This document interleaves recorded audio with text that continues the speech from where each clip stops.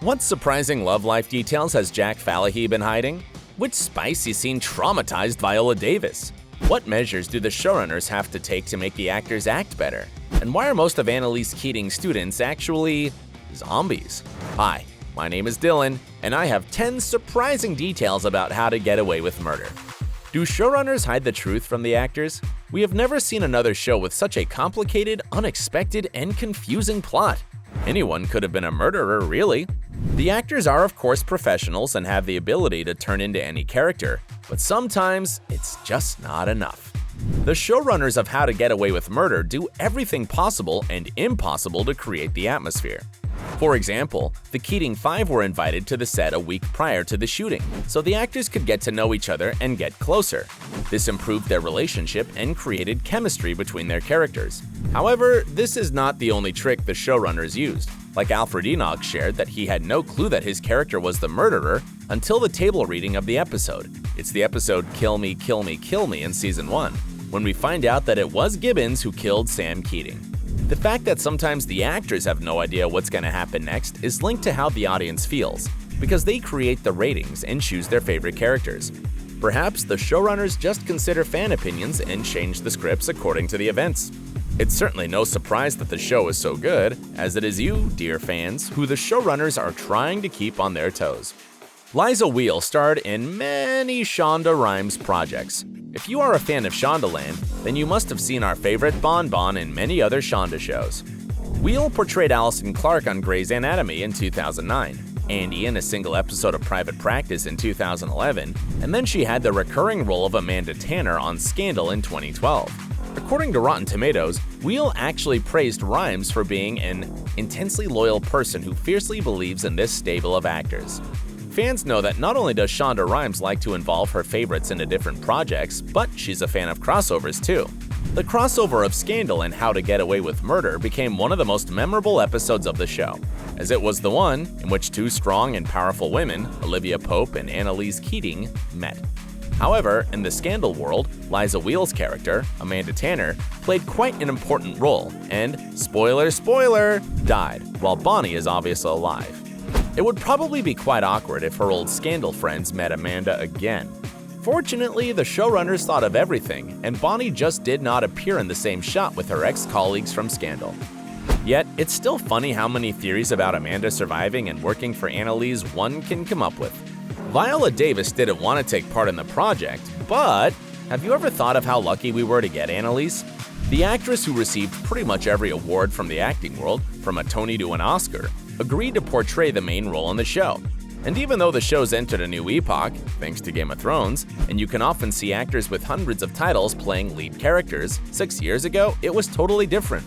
There was a time when Viola Davis starred in 9 failed TV pilots and promised herself she would never be back on TV again. Never say never, Viola. At first, Annalise Keating wasn't meant to be African American, and the network practically chose Diana Lane or Jennifer Connelly, but the producers decided to try out Viola.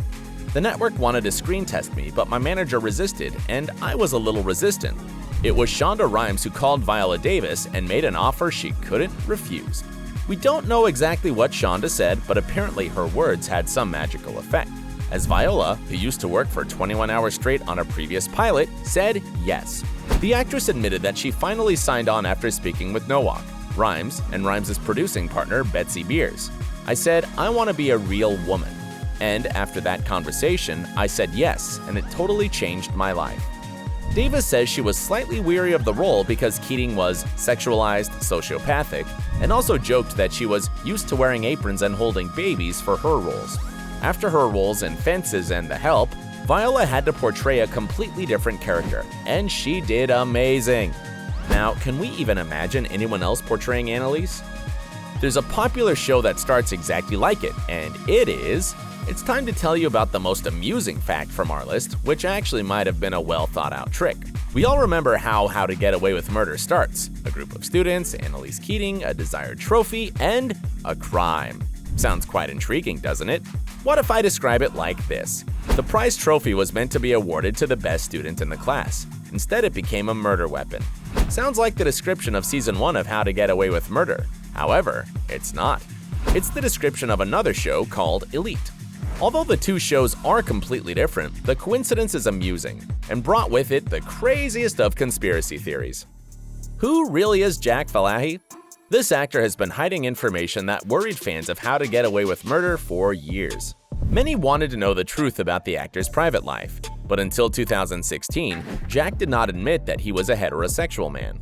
He said nothing about his sexual orientation, just so that the truth would have no effect on his allyship towards the LGBT community. However, this is not the only side of his life that he has been hiding from his fans. Falahee is not only a talented actor and LGBT activist, he is also a musician. Jack and his childhood friend Tim Wu, better known as the DJ and record producer Elefante, decided to create a duo called Diplomacy. Just a few months ago, their debut single, Silver Lake Queen, was released, and you just must listen to it. It's obvious that after the show ends, Jack is not going to have a boring life, as they are planning to release their first album next year. A lot of our writing deals with looking back at the stories that we tell ourselves in our past, Falahee told Billboard. Also, the uncertainty of our careers and what the future holds. We wish them luck and are looking forward to their album. Sam Keating has a son, and his name is… The whole Sam story happened such a long time ago, and so many events happened after that we have already forgotten about Annalise's husband.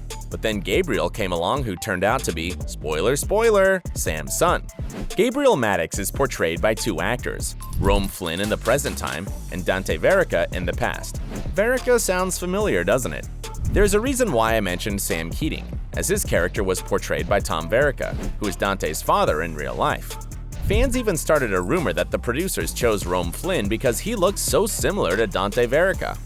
Viola Davis was traumatized during a spicy situation. How to Get Away with Murder is such a dangerous show that, it seems, that one can easily get hurt. All these mysteries and puzzles doesn't make the set the safest place to work. However, Viola Davis wasn't traumatized by the dangerous shooting scene. The situation was much spicier. Let's go back to the pilot episode, where Wes enters Annalise's house and finds her doing a very reckless thing. We're not going to go into details, but it was Nate Leahy, Annalise Keating, and their passion. It was not exactly this scene, the first love scene in the show, where Billy Brown accidentally hurt his co-star. Brown slams Davis up against a wall, which resulted in her blowing out her back. Davis asked the producers to stop those kinds of scenes until she got better. Despite this, the show still remained spicy enough thanks to all the other actors. What happened to Laurel Castillo? The showrunner Peter Nowak called Laurel's disappearance one of the biggest mysteries of the final season. Although such a plot twist seems logical, considering the fact that it was Laurel and her family problems at the center of attention, we think she disappeared for a reason. The thing is that Carla Souza, who portrays Laurel, was pregnant at about the same time as her character was. The actress gave birth just a month after season 4 was over. We don't think it's a coincidence, and the plotline was probably changed due to Carla's pregnancy. This seems believable, as the actors confessed that there were a few different endings filmed in season 1, so the scriptwriters didn't have a problem choosing a different ending for the story. Carla probably left the project for some time to raise her little daughter.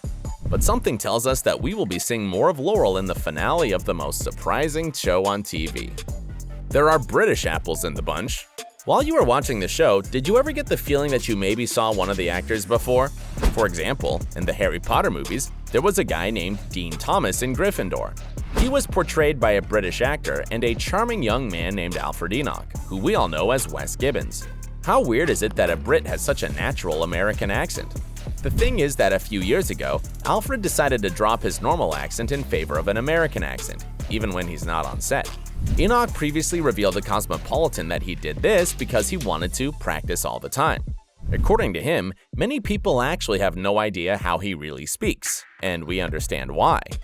Are Annalise's students actually zombies? The show's pilot is focused on Professor Keating and her closest inner circle, who we meet in episode 1. Sometimes Annalise addresses other students, but usually all 50 of them just sit there and stare at their laptops like zombies. In season 1, none of them even tries to win the trophy, which just goes around from one leading character to another. Although the situation improves in the next seasons, it would still be better if these zombie students had a voice.